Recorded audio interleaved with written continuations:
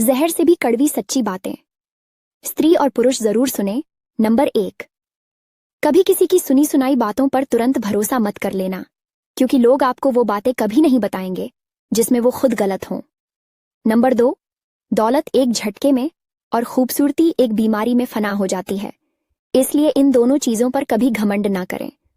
Number 3, पैसों की तंगी से पढ़ाई बहुत लोगों ने छोड़ दी, लेकिन बीड़ी सिगरेट दारू गांजा किसी ने नहीं छोड़ा। नंबर 4, लोग कहते हैं कि पहला प्यार कभी भुलाया नहीं जाता, फिर लोग क्यों अपने माँ बाप का प्यार भूल जाते हैं। नंबर 5, जिंदगी राख बन जाती है जब औलाद कह देती है कि तुमने मेरे लिए किया ही क्या है। आपको हमारी बातें कैसी लगी, कमेंट बॉक्स में जरूर बताएं। इन 6 जगहों पर किसी भी कीमत पर मत बोलना, लास्ट वाला सबसे जरूरी है, लेकिन उससे पहले लाइक और सब्सक्राइब जरूर करें। नंबर 1, तब चुप रहना जब किसी की पूरी बात ना पता हो। नंबर 2, तब चुप रहना जब तुम इमोशनल फील करो। नंबर 3, तब चुप रहना जब तुम गुस्से में हो। नंबर 4, तब चुप रहना जब लगे कि तुम्हारे बातों की यहाँ पर कोई वैल्यू नहीं है। नंबर 5, तब चुप रहना जब तक बोलना जरूरी ना हो। नंबर 6, तब चुप रहना जब तुमसे कोई सलाह ना मांग रहा हो।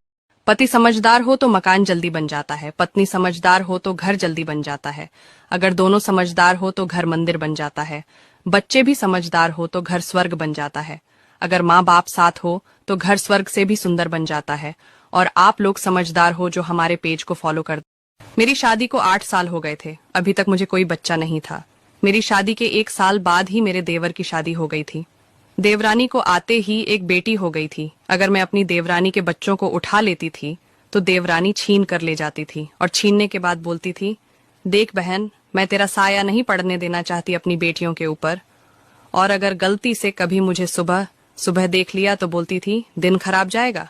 एक दिन इसी तरह सुबह के टाइम पर मुझे देखकर बोल रही थी और मुझे अचानक से उल्टी होना शुरू हो गया और मेरे पति मुझे डॉक्टर के पास ले गए। तब डॉक्टर ने चेक करके बताया कि आप प्रेग्नेंट हो, आपके घर भी खुशखबरी आ गई। मैं यह सुनकर बहुत जोर से रोने लगी और डॉक्टर का शुक्रिया अदा करके घर पर आई। घर में जब मैं यह बात बताई तो घर वालों ने बोला, कभी बंजर खेत में हरियाली आती है, झूठ बोल रही है। और मुझे पूरे 8 साल के बाद में लड़का हुआ। तो ये उन बहनों के मैं कोर्ट से बाहर आई तो देखा मेरे पति सामने चाय के ठेले के पास अकेले बैठे थे। पता नहीं क्यों मैं भी उनके बगल में जाकर बैठ गई। उन्होंने मुझसे बिना पूछे चाय वाले से 2 कड़क इलायची वाली चाय बनाने को कहा। वह जानते थे कि मुझे इलायची वाली चाय बहुत पसंद है। काफी देर की चुप्पी के बाद मैंने पूछा, आप दवाई तो रोज ले रहे हो ना? उन्होंने हामी भरी और फिर हमारे बीच खामोशी छा गई। थोड़ी देर बाद वह बोले कि अब मेरे पास ज्यादा समय नहीं बचा है, डॉक्टर ने अगले हफ्ते से मुझे कीमो के लिए बुलाया है। उनके यह शब्द सुनकर मानो मैं कोमा में चली गई। उन्होंने कहा, कोर्ट ने मुझे तुम्हें 5 लाख रुपए देने कहा है। अभी तो मेरे पास उतने पैसे नहीं हैं। एक काम करो, वो सरोजनी वाला फ्लैट तुम रख लो और सोने के जेवर भी तुम ही रख लेना, हमारी बेटी की शादी में काम आएंगे। मैं अपना घर भी तुम्हारे नाम कर दूंगा और मेरे जाने के बाद तुम्हें बैंक से पेंशन भी मिलेगी। मैंने कहा,